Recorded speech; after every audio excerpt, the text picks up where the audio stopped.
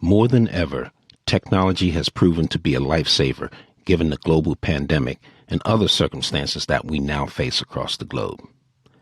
We will talk with an artificial intelligence or AI data scientist to learn how voice technology shapes how we communicate and get our messages out to consumers.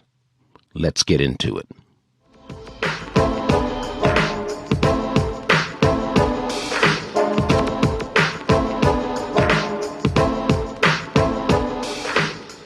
Today, my guest is Carl Robinson, the co-founder and CEO of Rumble Studio.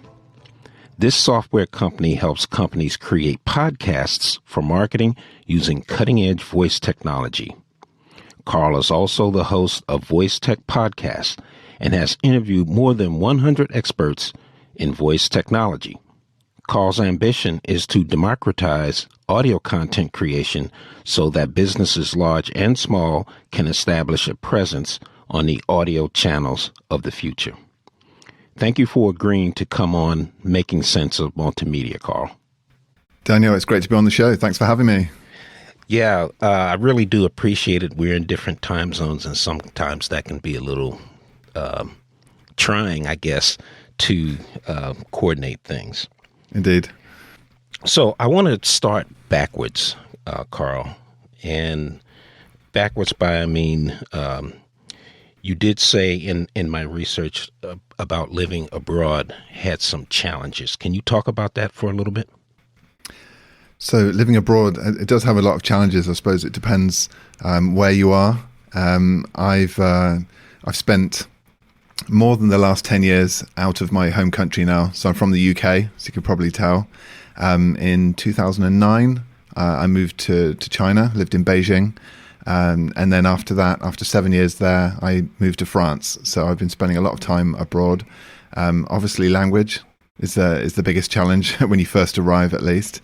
And certainly in China, I was heavily reliant on the friends that I knew out there who could speak Chinese. The culture as well, to get used to the different way of doing things, the way people interact, how to get things done in your day-to-day life. Both China and France have interesting bureaucracies, I should say. It can be quite slow to get things done in both countries compared to the UK. And just establishing a life, really, just avoiding loneliness, moving your life forwards, meeting friends, relationships, these kinds of things. There's a lot of challenges to living in a foreign country, but it's very rewarding. I definitely don't regret it for a second, and it's brought me a great many benefits in my life, and I highly recommend it. So you're in Paris now. I am indeed, yeah. And so what made you choose Paris over any other country or going back to the UK? I'm certainly no stranger of relocation, as we talked about off mic a second ago. I recently relocated, although I'm still in the US, but relocating to an area that you're not familiar with can be some challenges. So that's why I want to start backwards. Why did you select Paris? Well, it was the obvious choice, really, because when we were in China, we were deciding where to go next. It was time to leave Asia and come back to Europe, and really the two choices were the UK or France. Because my girlfriend at the time is from France. Sorry, she is French. She's now my wife, and so we were looking for somewhere where I could actually continue my studies. I wanted to get back into technology. I did a computer science bachelor's degree way back when. I graduated in 2004, I think it was. But I wanted to get back into the tech, certainly the AI stuff. So I was looking for where I could do a master's degree. And France has fantastic universities, as I'm sure everyone knows. And it's also a lot cheaper than the UK. So that was one factor. The other was that obviously my wife was from Paris, so she had all her family here, and we were looking to start a family. So there was a practical element on that side of things as well. And lastly, France is just a nice place to live. You know, I've visited many times, in my life, and I definitely wasn't against moving here. And it was a way for me to continue the adventure. Having done that experience in China, I still wanted to live abroad and experience different cultures. I wasn't quite ready to go back to the UK, and maybe never will be. So France was the good choice, and I'm happy with that choice. I've never been to France. The only place in Europe that I've been was Spain, and I really loved Spain when I was Oh, there. nice. Spent a few days there. Yeah, Spain's lovely. Actually, my brother's just moved to Spain, so I visited for the first time just a couple of months ago, actually, and it's beautiful. We were picking the oranges off the orange trees, which they have a lot of in Spain, and yeah, it was great. You mentioned you took some courses in AI, and certainly you did mention the education would be a lot less expensive in France than the UK. Certainly a lot less expensive than here in the US, for sure. Oh, yeah, for sure. Why AI? Yeah, that's a good question. I mean, I could see that it was the next big phase in computing. I've always had a career, or at least my more recent career has always been in startups and technology. And, I'm always looking to the next big thing, where the innovation is happening. How can we create the next generation of products? And for sure, AI was and still is really like the driving force in computer science today. I was working at a startup in Beijing that was using like a chatbot style interface. Essentially, it was an app that we were building that helped doctors and health coaches speak to people with diabetes and convince them or coach them to eat better and lead more healthy lifestyles. And actually, the conclusion that we reached, having built that product, which was a kind of a human to human kind of chat experience, was that it would be fantastic and much more effective if we could actually automate it with some kind of voice technology. So I got turned on to voice technology and the whole idea of chatbots through that startup.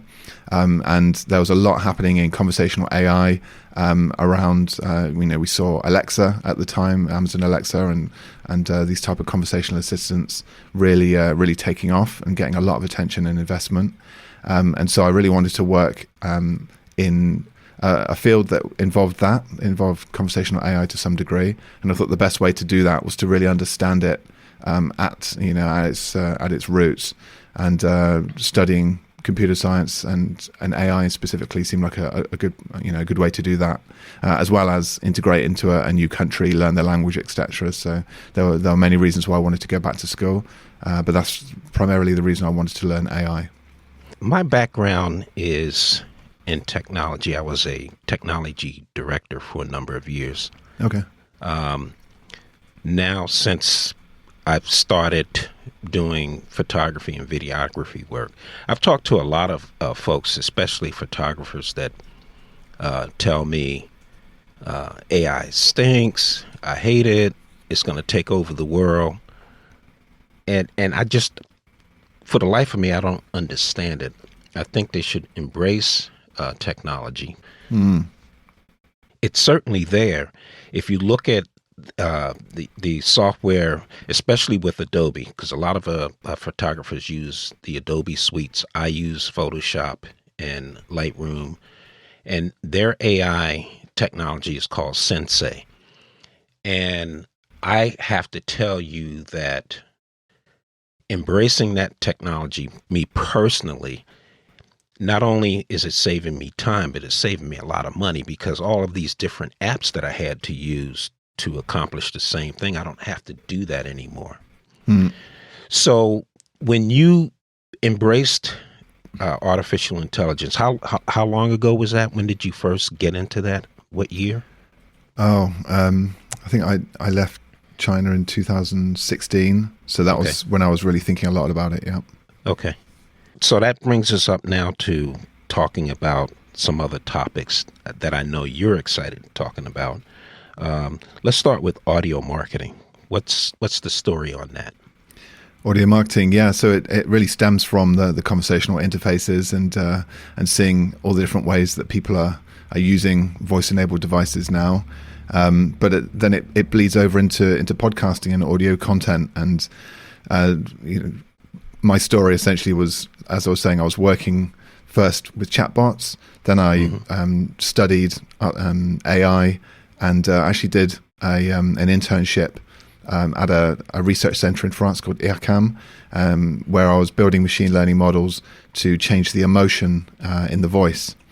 And I was working, pretty much alone most of the time. That's what interns do in the lab. And at the same time, I started a podcast called the Voice Tech Podcast, which is all about smart speakers, conversational AI, and really it gave me an opportunity to speak to lots of interesting people. As I'm sure you found yourself, it's just an amazing tool to get to have great conversations and then also boost your profile. And it made me realize just how many companies in the conversational AI space wanted to be on a podcast, right? And the fact that they'd be prepared to speak to me, who, I'd gone back to school. I wasn't young, but I was, I didn't have any authority in the domain at all. And yet these people were willing to spend an hour or more on the call with me and talk at length about the technology and their products. So I saw there was a real demand from companies to want to promote themselves through audio. I could see podcasts were really booming, like just the number of podcasts being produced, the amount of podcast listening, especially in the US, was really going through the roof. And I was talking all about conversational interfaces and how, these things are going to transform the way we interact with computers. And of course, the thought occurred to me somewhere along the line that maybe I could put these two things together. Yeah, let me jump in here for a second. Sure. You mentioned a couple of times conversational, I guess conversational AI or conversational. Explain that a little bit. You mean what is conversational AI? Yeah, what is that? Yeah, sure. So I suppose it's a collection of different technologies that enable machines to listen to what people say, so to actually capture the words that people are saying and convert the audio that they record into text. That's one technology, often called speech to text. And then another technology would be natural language understanding. So for the machine to actually understand at some level what the human actually meant, the intent behind what they sent. Maybe they wanted to do something or get something from the machine. Maybe they were expressing a certain thought, certain set of concepts or ideas, or even an emotion in their voice. So the ability to extract that and represent that in a structured way. And then also the ability to generate responses in text, first of all, and I'm sure your listeners have heard of models like GPT-3, which can generate these realistic phrases. And then finally, to be able to take those written phrases that it's generated and convert them into audio speech. So text-to-speech or synthetic speech is another technology. And so if you put all of those four technologies, plus many other technologies exist as well, like emotion detection and voice transformation, all of these other things. If you put all those together, I would group all of that under conversational AI, because they all use AI models or machine learning models at their core to operate. And put together, they form something greater than the sum of their parts. Like you can create these systems like Amazon Alexa that can actually listen to what you're saying, understand it, come up with a response, and then speak it back to you. And that's what I see as an AI system. Yeah. We can't see each other, but I have this big grin on my face because when I moved here into the new house, I told myself I want to make this house smart. So I'm vested into the Apple ecosystem. Okay. And no, Apple's not paying me to say that, but I had a few friends that came over to see the new house, and they said, well, your house is smarter than you are. So, that's nice. So that all ties in, and that's why when you were mentioning Alexa and all of that, of course, since I'm, on the Apple platform, it's with Siri, and sometimes she can be a little unruly, but oh yeah, I just thought that was funny. Yeah, they're not perfect. None of the platforms are perfect, really. I've got the Google set up in my home, listening to everything I say, and it gets things wrong on a daily basis. It can be quite infuriating at times. Right. Yeah. You also talked about how AI and interactive voice technology will disrupt audio content creation. Because I'm really curious about what that disruption will be. Yeah, sure. So, yeah, like I was saying, when I was doing the podcast talking all about conversational AI, it occurred to me that, a lot of the questions I was asking on the podcast, I would ask the same. I was asking them multiple times, and there were certain things in the podcast I was just doing again and again with every guest. Often, I was tackling the same topics. There was a similar structure to the show, and because I was talking about conversational AI, I just thought, well, maybe a machine could do some of what I'm doing, right? And maybe I was a little bit over optimistic or a little bit naive, because what we do as podcast hosts is actually very complicated for a machine to do. But that inspired me anyway to be able to the idea of getting a machine to be able to do what I was doing, like on the mic, interviewing these people, and then maybe perhaps turning that into a product that could actually help businesses market themselves through audio. And so yeah, this is the root of the idea that led me to start my business, which is what is today Rumble Studio.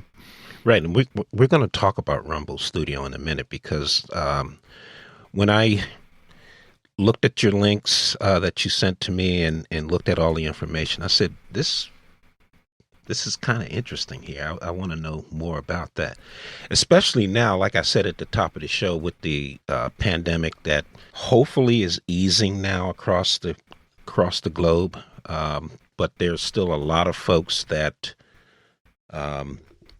still doing remote work, and there's a lot of folks that just don't want to go back into the office now. So I can see this technology, and especially how you have it set, or how it works, where you don't actually have to be on site. And I stumble a little bit because a couple of years ago, before the pandemic, I was doing some video work, and I wanted to interview a president of a college in Boston, and she just did not want to be on the telephone. She didn't want to do anything with that. So I know I'm jumping around, but I'm going to jump right into Rumble Studio. I think Rumble Studio would have been perfect for her, because you explain it. You can explain it better than I can say it. Yeah, sure. Is that what I'm hearing? Is that this guest didn't feel comfortable on the mic? Is that right? Like too shy, too self-conscious, or was there something else? She was. Her assistant said she really does not like to be on the microphone. She was happy to do a telephone interview, but at the time, this was maybe 2.5 years ago, and at the time I was using Skype, and we all know Skype's audio is not the best in the world. Oh, yeah. Zoom wasn't a thing at that time, at least not that I knew of. So I think something like Rumble Studio would have made her more. I ended up not getting that interview for that little short documentary. Yeah. But I think Rumble Studio would have been something perfect for that. So instead of me following my script here, let's talk about Rumble Studio now. Sure. Well, it's in a nutshell, Rumble Studio is a SaaS platform, a software as a service, that helps companies, agencies, individual podcasters grow their brand or their online presence using audio. And it's an online tool that you can use to conduct remote guest interviews, like we're doing now. We're using Riverside today. Right. There are many tools that offer remote guest interviews.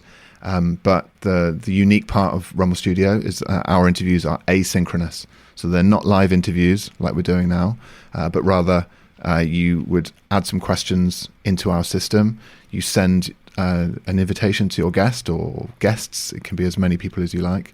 And then the guest, in their own time, answers those questions, records their voice, and is taken through a structured interview by the machine itself, by Rumble Studio. And then after they've recorded, the creator can go back in, retrieve that audio, and manipulate it, add some of their own audio, jingles, reorder, export, and produce a podcast episode or any other kind of audio in order to publish that. What are some of the use cases for that? Because mine was a perfect one, I thought. Yeah, for sure. So there's so many advantages to doing things asynchronously, and some disadvantages. I'm not going to pretend that it solves everything without causing some other problems as well. So it's one of the tools that audio creators can have in their toolbox. You mentioned one, which is that it reduces the pressure for the guest, because often when you're a podcast guest, you're really put on the spot. The host will say, ask you a question. You're like, well, that's a big question. I'm not really sure how to answer that one. But you're live, right? So you've got to say something, and that really stresses people out and puts a lot of people off even agreeing to be on a podcast. So I think that's a shame, because obviously there's a lot of people out there with something interesting to say, and you don't want the pressure of the environment putting them off. And also, it's not just the pressure, but it's also the fact that you haven't really had time to think about what you're going to say. So often you blurt something out without really thinking about how you're going to structure it or all the points you want to make. So one of the advantages with asynchronous interviews is that the guest can think about what they're going to say beforehand, and therefore the answers are better informed. Now this could be sorry, go ahead. No, I agree with you, because in this same video segment, and I interviewed another CEO. I guess I can say it. It doesn't matter. She's not the CEO anymore of Campbell's Soup Company here in the U.S. Mm-hmm. And her assistant wanted to see the questions that were going to be asked ahead of time, which is not unusual. Well, but the bigger the company, the more I think that happens. We've certainly come across that, and there are some industries that are very sensitive, like the medical industry, for example, where there's a lot of liability, and they're very scared of saying anything that they could be, taken to court for example, or that might mislead people. So that in those environments, reviewing things in multiple stages and getting all the stakeholders to see what's going to happen, and then also review the content after it's been produced is something we've seen a number of times. Right. Again, in my use case, that would have been perfect, because she would have had an opportunity to formulate her responses, instead of me standing there, even though she had the questions and I'm asking those questions. A couple of times we had to do a couple of takes because she just wasn't comfortable with what she said at the time. So talk about some other use cases for this, because to me, this is exciting. Yeah, absolutely. So the use cases we're focused on are for companies. It's really creating a branded podcast so they can represent themselves, represent their brand on the audio channels of tomorrow. And that can be traditional podcasts, but it could also be voice interfaces. It can also be audio on their websites. There's an audio FAQ, for example. So there's lots of ways companies can use audio for marketing. It can be internal communications as well. So bigger companies, big groups often have tens of thousands of employees, and producing a podcast for consumption internally can be a great way to keep everyone up to date. It can also be really good for sales enablement.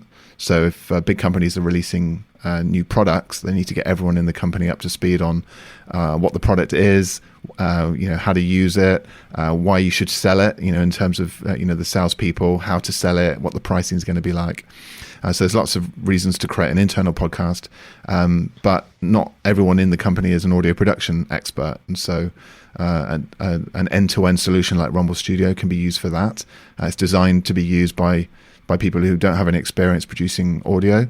And it also, because of the asynchronous nature of the interviews, allows for that step-by-step process of construction with all the reviews in between as well, that the managers need to have a look at things before it moves forward. So there's that. There's also things like client testimonial gathering, for example, or any use case where you would want to ask the same questions to multiple people. And this is something that's great about doing things on a SaaS like Rumble, is that you can write a set of questions. For example, client testimonials. You might want to ask, what did you like about the product? Why did you like those things, or what were you not so keen on? What would you improve? And maybe you want to send those questions to 100 customers and capture their audio, so you can really hear the emotion in their voice. So you can really learn, what it is that they were happy about and not so happy about your product. You can just put those into an interview. You get a single public link, or I say public, you get a single shareable link that you can share with people privately, or you could even make it public, put it on your website, put it even on social media. I say client testimonials. You could do the same thing for social media engagement, for example.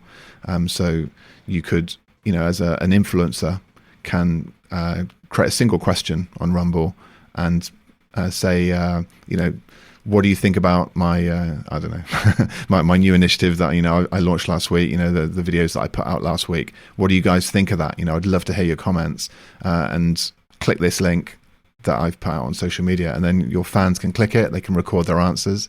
And that influencer can go in, listen to the audio, read the transcripts as well, because we have that, and then pick the best bits from their fan base and republish that out, not only as a podcast, but back out as videos onto social media. And I'm really excited about that loop, that creator or that community engagement that it can create, and then the repurposing of that content to put it back out to the community. So you're showing them that you are listening and that you do care.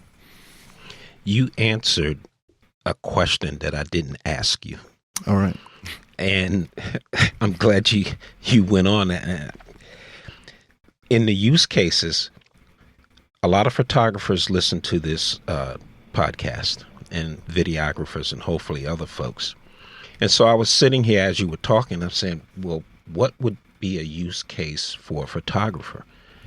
Testimonials. I mean, you couldn't have said it better, testimonials. Because in the photography business, word of mouth is huge. Yes. And so I can see a great use case for photographers for Rumble Studio with just testimonials and social media. Let me ask you this. Are you familiar with a service called SpeakPipe? I am, yes. And some of the people I speak to in the podcasting world do use SpeakPipe and speak highly of it, to pardon the pun.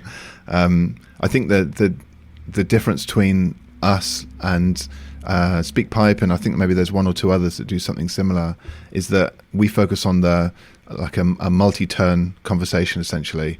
I think maybe they've updated their platform, so I don't want to say anything wrong. But from what I understand, SpeakPipe is an audio Dropbox where you put one question and then the guest can record as much as they like in a single go. Right. They haven't changed. They haven't changed. Okay. No. So Rumble takes that a step further, where you can break that interaction with the guest into multiple questions, essentially. So the first few questions can really be warm-up questions. It can be about, who are you and these kinds of things. Get them comfortable with recording their voice. And then you can go into more depth. The vision for Rumble Studio, and this is actually what we're building right now with our data scientists and the AI side of Rumble, which is not released yet, but I can tell you a bit about it, is to actually listen to what the guest says. Listen to what the guest says in their first answer, and then dynamically generate in real time a follow-up question based on what they said to actually bring it closer to a live conversational interaction. And this is the bit that I'm most excited about, and that comes from the voice interface world. That is, because when I do these podcasts, and I usually tell people up front, I like to make these light-hearted as much as possible and have fun with it. But also, as I'm asking questions and I'm getting the responses back from my interviewees, I'll spin off and ask a question based upon what he or she may have said that I just didn't think about. Totally. And so now you with Rumble Studio, you're introducing that as an AI feature. I think that's fantastic. That's it, yeah. And to be honest, once we've built that technology that can be used in a completely automated setting, in an asynchronous setting, we could, in theory, bring that technology to live interviews as well, to support podcasters running live interviews, because there's no reason why that technology couldn't listen to what your guest says live and then just propose new follow-up questions on the screen that you could choose to ask or not, right? It could be a kind of decision support tool for a live podcaster. Definitely see some use cases for that. Carl, you talk about democratizing audio. What does that mean? Democratizing audio. Well, there's still a big barrier to entry, I feel, in producing audio content for a lot of people, individuals and companies. Not necessarily producing your first podcast episode. If quality isn't really an issue, it's easy just to pick up a mic and record your voice, right? But one of the big problems with podcasting is that you don't realize the benefits of podcasting, certainly for businesses, until you've released, a significant amount of episodes. You can't expect to release, 3 episodes and then for your sales to increase 100% or anything. You need to do it consistently, regularly, and over the long term. And audio production these days is still a time-consuming activity, and that either puts people off from starting or it makes people quit soon after they start. And there's a term that I'm sure you've heard of called pod fade, Right. which basically means, people who start with all the enthusiasm of a new podcaster, after about 7 to 10 episodes, I think is the average, realize, this is actually quite a lot of work and I'm not seeing any immediate benefits from it. Therefore, I'm just going to put it on the back burner and come back to it later. And then their podcast, basically dies. Sometimes that happens gradually, which is why it's called pod fade. They're releasing once a week, then they release once every 2 weeks, and it's once a month, and then one day they just stop releasing. And it's a shame. This is it's a real problem. And so democratizing audio content creation basically means to make it 10 times faster, easier, and cheaper to produce audio content so that more people can get involved. And also people who do get involved continue to do it over the long term. I think those are 2 important challenges that we should tackle in the audio world. And that's what Rumble Studio has really been built to achieve. And there's another company called Descript. I'm sure you've heard of them. And they moved or are trying to move forward, as far as I can tell, with making podcasting easier. Yeah. I've had a couple of people ask me to assist them in doing a podcast, because I'm not afraid of audio at all, especially doing videography work. Your images can be kind of weak and soft, but your audio better be on point. Programs and companies like Descript, and I've used them before just because I like to test these things out before I start talking about them. Yeah, for sure. And I liked where they were going with it. And one of the other reasons I'm liking Rumble Studio, because it has some similar features, but it's different. Yeah. If that's a right way of saying it. Yeah, definitely. Yeah. Now with Rumble Studio, I read somewhere that you could do a recording, but if your voice doesn't sound great on the microphone, you can have an AI voice. Am I understanding that correctly? Yeah, that's right. Which links into Descript as well, right? Because they have their fantastic overdub feature. Right. But yeah, so I'm really excited about synthetic voices, and I have to say, really inspired by Descript. It's one of the big inspirations for creating Rumble, to see what those guys are doing in terms of the quality of the transcriptions, the editing from the text, editing audio using the text, and then the overdub that can actually replace words with your own voice clone. So cool. So I hope Rumble Studio can be one day as impressive as Descript is. But yeah, in terms of the TTS, there's a lot of advantage, I think, to being able to offer full synthetic audio, not just replacing individual words, but actually just allowing one of the participants in the conversation to speak with a synthetic voice throughout. There's advantages in that a lot of people don't have the right equipment to record good quality audio. They don't have the budget to buy it. They don't have the skills to be able to set it up or use it correctly. Often they don't have the right voice. Maybe they don't sound great on the mic. They don't want to learn to become a great speaker. They don't have the right accent, etc. There's also accessibility issues. So like not everyone is a native speaker of English, for example, but they want to put content out in English. There's lots of reasons why you might want to synthesize your voice. You might not even be able to speak. You might be deaf or have some kind of speech problems, and that synthetic speech can help with that as well. So I was really excited to include those features into Rumble. They're not released yet, but they are coming, where you can certainly write the questions for your guests and then generate the speech audio from that written text. And then perhaps one day the guests can do the same. They can actually submit their answers in text and generate speech in that way.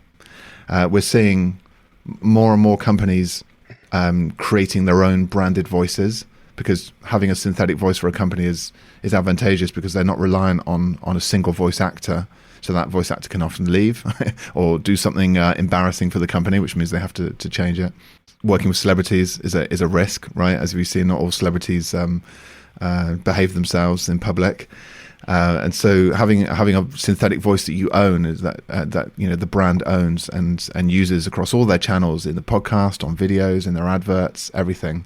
Because I wanted to talk about, one of the things that you can do with Descript with the overdubbing is having your own voice. Oh yeah. And there's a couple of voice actors that I follow on YouTube that sounded the alarm and saying, well, hey, somebody's hijacking my voice. Yeah. So, but what I read with Rumble Studio, I don't think you're overdubbing the person's voice. You're just using a synthetic voice. Is that correct? Yeah, for now, the first thing we'll integrate, which is because it's the easiest, is to integrate some stock voices from various synthetic voice providers. And there are many of them these days. Many of these TTS providers focus on different niches or verticals. So some are very fast to generate and very cheap. Some are slower to generate the speech, but they're much higher fidelity voices. Some providers focus on the emotion. So there's one called Sonantic that can make voices that sound like they're crying or very scared. It's very dramatic. And they're used for video games, etc. Some focus on different languages, like trying to find a Flemish, a Flemish TTS is not so easy. There's a couple of providers of those. So, my vision for Rumble Studio is to be able to integrate with all of these different providers to provide our users with a range of different voices and styles that fits the content that they want to create on Rumble. And then later, voice cloning absolutely is on the roadmap, because there are a lot of companies now that will clone your voice, and that cloning process is getting faster because it requires less training data, and it's getting cheaper as a result. And so that's to use one of those voices. There's a 2-stage process. Step 1 is you have to train your voice with that provider, and then stage 2 would be you use it, you select it from within Rumble Studio to be able to generate the audio there. So we would of course start with the pre-trained voices and then move on to voice cloning at some point. But I guess you would have to really take into consideration of how to protect one's voice. Well, that's something that I think the industry needs to work on as a whole. I mean, it's especially for people who have a lot of public voice data out there, in the public domain. Any podcaster who's done, a few episodes, or any celebrity, it's trivial to be able to just extract their voice and train something on it. And in fact, we're working with some companies now. They've got a demo online. Who they got like 100 different celebrity voices on there. They got Hulk Hogan. They got they got all sorts of people, and I don't think they asked permission from those. They got Woody Woodpecker. I don't think they've got the rights to use that. It sounds pretty good as well. So before we get out of here, I was going to do a Woody Woodpecker, but don't let me stop you. I think I'll let that go. Before we get out of here, Carl, I think your life is interesting to me. It's so interesting, and I know I jump around with topics, but that's just what I do, because I don't like to be pigeonholed in anything. Right. But you talked about entrepreneurship, and I think you started 5 companies, or you were involved with 5 startups? Maybe I've been involved in 5 startups. I've only started 3 at a push. I've done, I would say 3 startups myself, and then I've worked in one for 2 years, which was the chatbot one in Beijing. I'd say let's say 4. One was I guess a classic fail. Yeah. A slow death as well. It took 4 years for us to go through that, which was instructive. You learn a huge amount by doing. You can learn a lot more doing than reading about it. But I've been there. Trust me. Really. So, is there anything that you want to talk about that I didn't bring up, or something you want to talk about? It doesn't matter what it is. About entrepreneurship. Or anything entrepreneurship, voice technology, Rumble Studio, where you are.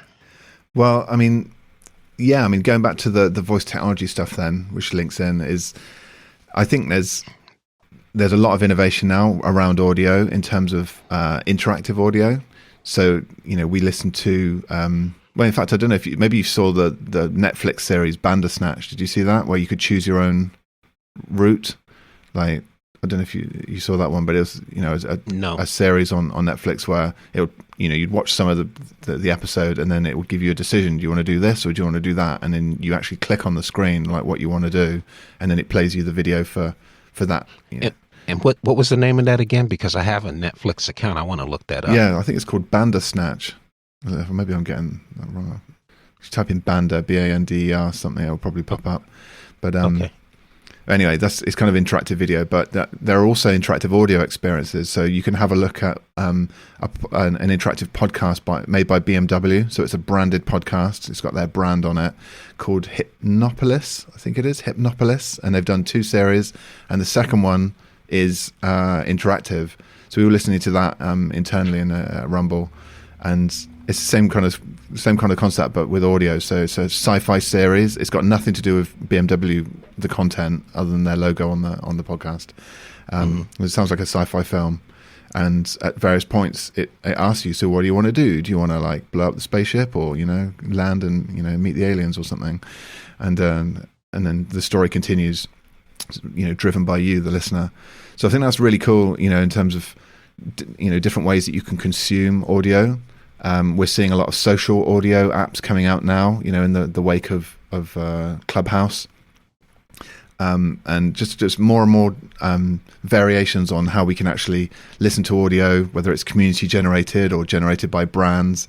So I think that's a great trend, and that's one that everyone should watch and get involved in as well. Like try it out and see if it works. Doesn't always work perfectly. I'm not really sure about Clubhouse. I have a Clubhouse account. Mm-hmm. It took a while to get one. Oh, really? But I still haven't quite figured out where I would fit in with that. Yeah. Well, Clubhouse, I agree. I tried it, and it had all the disadvantages that asynchronous audio looks to correct. Like, you had to be there all at the same time. The audio quality was really poor. Right. It was just, people talk about nonsense most of the time, or just like there was these long gaps in silence. I was like, this is terrible. Like, I'm just not enjoying it. Yeah. Okay. You and I are on the same page then. It suits some people, like if that's your thing, fine. But yeah, I haven't quite given up on it yet. We'll see. Yeah. But so I just wanted to complete that thought. So that's the interactive consumption I was talking about. Like the ability to consume audio in different ways. Oh, and the granddaddy of them all is really on-demand audio through smart speakers and voice interfaces, because these days we ask for content through Google or Alexa. We get the news, we get a podcast, we get music. That's all on-demand audio. And in some ways, it's interactive. And I think Spotify are building in more and more interactive features into that as well. There are interactive adverts now that will play you 10 seconds of the audio ad, ask you a question like, do you want to hear more? And if you say, yeah, sure, then it will play you the rest of the ad, right? Knowing that you are genuinely interested. So these things are coming out. Don't forget Siri. Don't forget Siri, yeah. I don't, but Siri is all privacy-based, isn't it? So I'm not sure if they're going to bombard you with ads, interactive or not. We'll have to see, but yeah. So there's the consumption, but then so the bit that I'm interested in as well is the interactive creation, and so and this is really kind of what Rumble Studio is that the ability to have a conversation with someone in an automated fashion and get them to contribute content, then which you record, and guide them through an interactive experience where that interaction, the whole interaction in itself, becomes content that other people listen to, and maybe even one day consume interactively as well. Do you see what I mean? Right. So I think these are cool trends, and ones that I get excited about because it involves the whole voice interface, conversational AI aspect as well. Carl, I really enjoyed talking with you. We could probably talk for another 2 hours. Definitely. About this. But how can folks get in touch with you? How can they check out Rumble Studio? Yeah, so if you want to go to rumble.studio, you can sign up for an account, jump on the wait list, and then I'll drop you an email, and we can have a quick chat, and I can give you access to the system. Right now, we're really keen to just get some feedback on the experience, and find out what use cases people have in mind for asynchronous audio, because for sure I haven't thought of them all. We can brainstorm here for as long as we want, but we're not going to come up with all the ideas that the community can. So I would love for people to get in touch with me and share their ideas like you have. And yeah, just go rumble.studio. You can sign up for the account, and we've also got a newsletter, rumble.studio/newsletter. So either of those things would be great. Carl, I really appreciate you coming on the show. I wish you all the success in the world, and I am definitely going to check out Rumble Studio for myself. Appreciate it. Thank you very much. Thanks again, Carl. It's been great to come on. Thanks a lot, Daniel. Take care. If you like this show, please subscribe and leave me a review on Apple Podcasts, Spotify, Google Podcasts, or your favorite podcasting app. You can also leave me a message about this episode or suggest new content. Go to speakpipe.com/making sense of, or click on the link in the show notes and leave a brief audio message. That's it for today. Thank you for listening, and I'll catch you next time.